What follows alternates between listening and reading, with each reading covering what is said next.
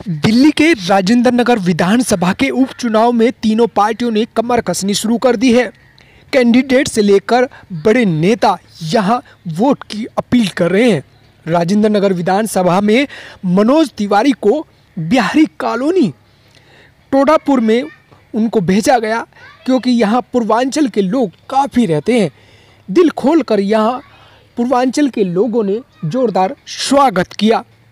मनोज तिवारी ने अपने प्रत्याशी राजेश भाटिया के समर्थन में वोट मांगी है।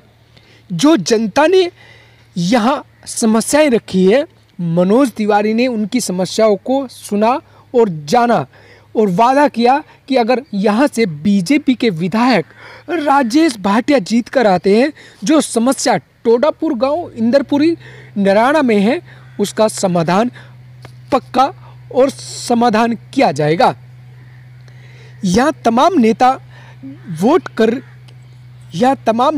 वोट की अपील कर रहे हैं कि आने वाले 23 जून को वोट जरूर करें। यहाँ की जनता खुलकर बीजेपी के साथ आ रही है, लेकिन यहाँ समस्याएं बहुत हैं। बीजेपी फिर यहाँ पर उम्मीद जगाए हुए है कि इस बार यहाँ कमल खिलेगा। सब अपने अपने जीत के दावे कर रहे हैं। क्या कहते हैं बीजेपी के नेता, आप भी सुने। 23 जून को होने वाले चुनाव को लेकर राजेंद्र नगर विधानसभा सीट क्या कहती है।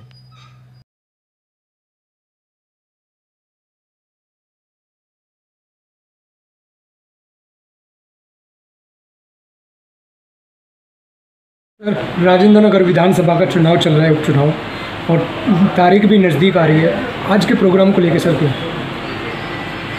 आज लगभग 8 जगह पर जनसभा रही और वहाँ पर इतना जन समर्थन साधारण जनता का मिल रहा है, और सबसे जो विषय निकल के आता है वो ये निकल के आ रहा है कि राघव चड्ढा 2.5 साल जनता के बीच में ही नहीं थे। केजरीवाल ने मजाक बना रखा है दिल्ली की जनता के साथ, राजेंद्र नगर की जनता के साथ, और अब भी ऐसा कैंडिडेट दिया जो यहाँ रहता नहीं है, करावल नगर रहता है। करावल नगर रहने वाले व्यक्ति को यहाँ पर 1.5 लाख रुपए महीने के मकान किराए पे लेकर के रह रहा है और अपने आप को आम आदमी बता रहा है। जबकि राजेश भाटिया यहीं पर जन्मे हैं, यहीं पर उनकी कर्मस्थली है। पीछे 5 वर्ष जब पार्षद रहे तो जनता की भरपूर सेवा की है। इसी कारण से उसके बाद के चुनाव लगातार राजेंद्र नगर की जनता ने बीजेपी के प्रत्याशियों को जिताए भी हैं, और अब लेकिन राघव चड्ढा के 2.5 साल नज़र ना आने के कारण, और इवन अब चुनाव में भी जनता को फेस नहीं कर पा रहे हैं, तो इस कारण से जनता ने तय किया है कि राजेंद्र नगर की जनता अपने स्थानीय बच्चे को, स्थानीय नागरिक को, राजेश भाटिया को यहाँ से विधायक चुन के भेजेगी। आप क्या लाकर देंगे सर यहाँ की जनता को?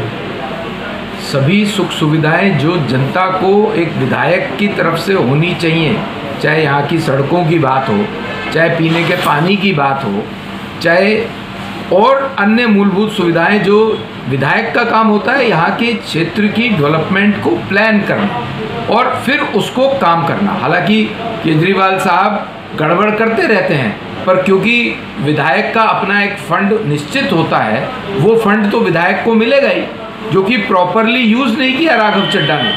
अगर यहाँ की पानी की पाइपलाइन बदलाई हुई होती, चेंज करी हुई होती इन्होंने, तो निश्चित तौर से जनता जो पानी को तरस रही है, गंदा पानी आ रहा है, वो नहीं मिलता। क्या मुद्दा है सर इस बार चुनाव में?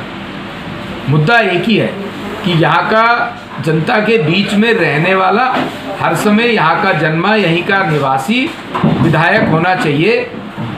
ऐसा व्यक्ति जो करावल नगर रहता हो, वो यहाँ पर आकर के जनता की सेवा कैसा करेगा? जनता उसको नकार रही है। देखिए, बीजेपी इस चुनाव को एक अच्छे मार्जिन से जीतने वाली है। उसका सीधा जो जनता के अंदर रुझान देखने को मिल रहा है, बाहरी बनाम स्थानीय, हमारे भारतीय जनता पार्टी की जो प्रत्याशी हैं वो बचपन से लेके आज तक यहीं के पले बढ़े हैं और यहीं पर ही उन्होंने अपना सेवा में सारा जीवन गुजारा है। इसलिए जनता उनका तहे दिल से स्वागत कर रही है और ये पदयात्राओं में लोगों से मिलने जुलने से भी बहुत अपार उत्साह दिख रहा है। किन मुद्दों पर चुनाव हो रहा है आपका? देखिए, मुद्दे तो बहुत सारे देखा जाए तो यहाँ पर इससे पहले राघव चड्ढा जी जो जल बोर्ड के उपाध्यक्ष थे, विधायक थे, आज नारायणा क्षेत्र की सेवा बस्तियों की मैं बात करता हूँ और कई अन्य क्षेत्रों में पानी का गंभीर संकट है। आज़ादी के बाद से भी यहाँ पर किस तरीके से पानी का संकट बना हुआ है, ये बड़े शर्म की बात है। खासकर केजरीवाल जी जो फ्री पानी की बात करते हैं, फ्री पानी की तो छोड़ो, इतना जहरीला और बदबूदार पानी आता है। झुग्गी झोपड़ी में मैं रहता हूँ, जो कि हम लोग प्रतिदिन 4 से 5 बोतल गैलन पानी की खरीद करके पीते हैं। तो आप समझ सकते हैं कि इस तरीके की भयंकर पानी की समस्या बनी हुई है। ये बहुत ही एक गंभीर मुद्दा है।